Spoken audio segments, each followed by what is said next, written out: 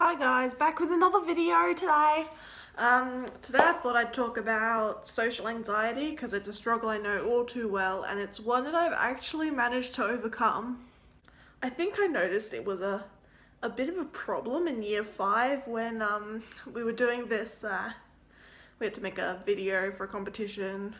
We came second, but we had to interview people, and so I called up this cafe, and I've always hated speaking on the phone, even if it's just to family. I don't like it at all. No idea why. And if it's somebody that I don't know, I find that I can't understand them at all, and every sentence will be like, what? I was not looking forward to making this call, and then it went to voicemail, and I never left a voice message before, and my teacher was like, go on, just leave a message, ask them to see them. And I just couldn't do it, and I'm like, is it recording now? What do I say? I don't know what to do. And I sort of had a low-key panic attack there, and my teacher just sort of jumped in front of me after that few seconds of awkward, oh, I don't know what to say. So we ended up getting an interview, which was good, but that kind of stuck with me. I remember it pretty well. And I think that was the first moment that I was like, okay, I need to sort myself out here. But I mean, the teacher didn't help because she sort of tutted and rolled her eyes at me, and it left me kind of not feeling encouraged. So there's that. Yeah, so like I said, we got an interview, we ended up finishing second, so all was okay. But I've always had an issue with talking to strangers. There was also this time in year 7 where I was 12, we were in Canberra for a trip for a week, and I think it was on the last day or something, and we went to Subway, and I've always been a picky eater, and I ordered just a plain roll with cheese, lettuce, and cucumber, because, that's all I wanted. But, Subway is used to people, getting their money's worth and piling loads of toppings in it.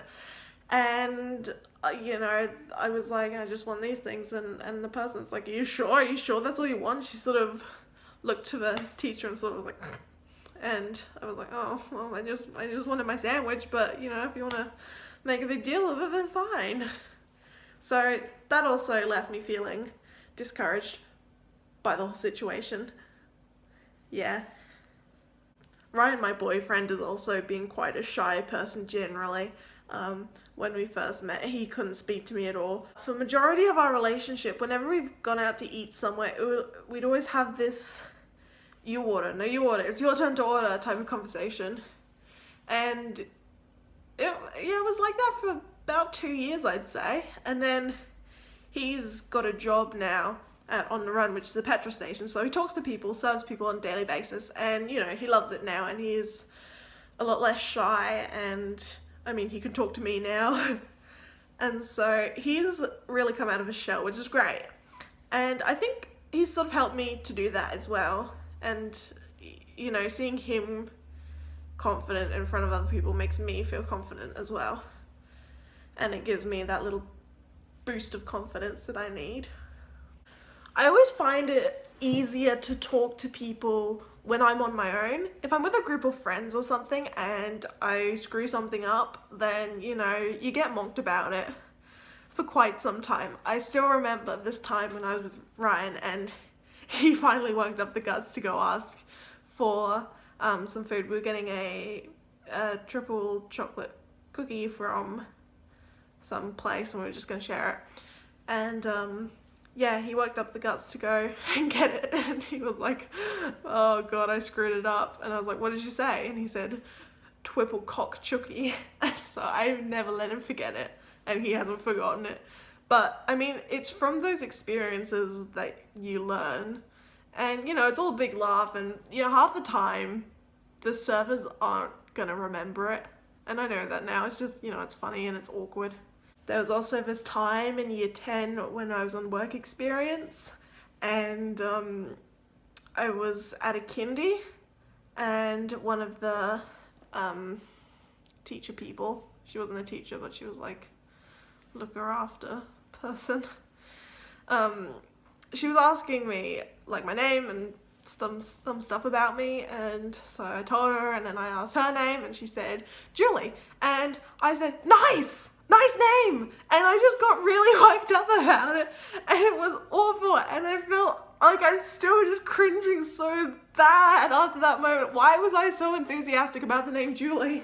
Like, it's a lovely name, don't get me wrong, but it's not that amazing, and so I felt a bit stupid, and now I look at it, she's kind of looking at me like, yeah, you're kind of nuts. So, yeah, shit happens. But, like I said, it's something that I've been able to overcome, and I'm really comfortable with talking to people now. I'm still not completely comfortable with talking to people over the phone, but I'm getting there, and really, the thing that has helped me is pure exposure. It hasn't helped with my fear of vomiting, but it sure has helped with my fear of talking to people. I'm not sure if public speaking's involved with this, but I have always sort of feared public speaking, like show and tell in school.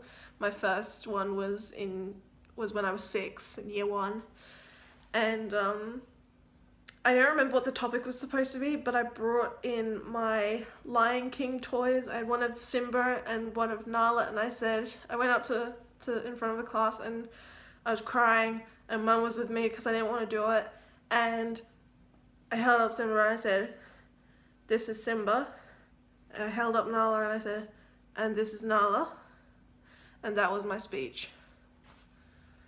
A+. Over the years, it sort of got easier, especially once I hit high school. I remember there was this one time, in year 10 again, I think, and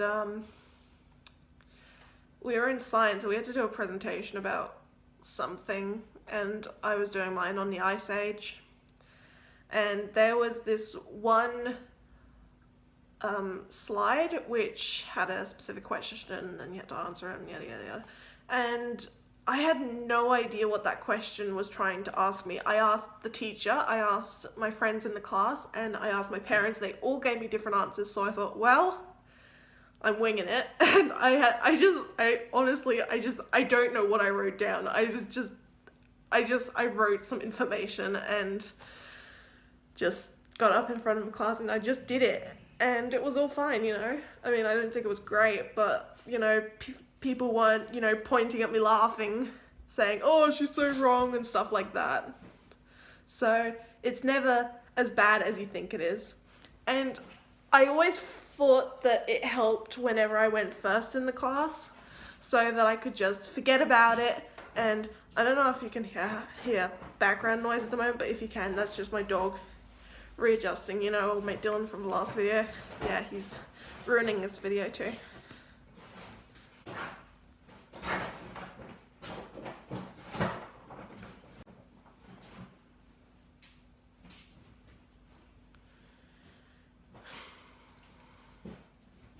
That's alright, we can wait. It's like they say in class. What was I talking about? Yeah, so people don't point and laugh at you like they think they might do, and half the time they're gonna be worrying about their own presentations and what they're gonna be saying. They might be looking at you, but they're not thinking about what you're saying. They don't care about you, I'm sorry. But nobody cares about you in that time except for the teacher, and the teacher isn't caring about you, they're caring about the information. I still feel really self-conscious of my voice though, which is why it's actually worked up a lot of guts for me to do these videos. But I feel a lot better if I go out and I talk to somebody. I feel better in myself, I feel confident, and I feel like I look confident, and I'm not like, oh god, was I blushing? Because I used to blush so bad. But it's my voice that bothers me now, and that's only if it's recorded. If I'm speaking to somebody in person, I don't really worry about it. And I mean, it is just practice. It took a few years, and I still get bothered now and then, but you know, it's not social anxiety anymore. It's just social worries, I guess. you know, it's not at the point where it's affecting my life, which is where it was, because I couldn't order anything, and I couldn't get a job because I was too afraid to speak to anyone. I mean, I've still never been to a job interview, so I might still suck at that, but we'll see when I do get one. If you have social anxiety, I guess my advice is just wing it. I don't know how to say this. It's just keep doing it, keep pushing yourself, do things really slowly, do it at your own pace. And like I said, doing it on your own makes it feel easier, because then if you do screw it up, there's nobody else there to judge you. Yeah. Yeah. Cool. Thanks for watching.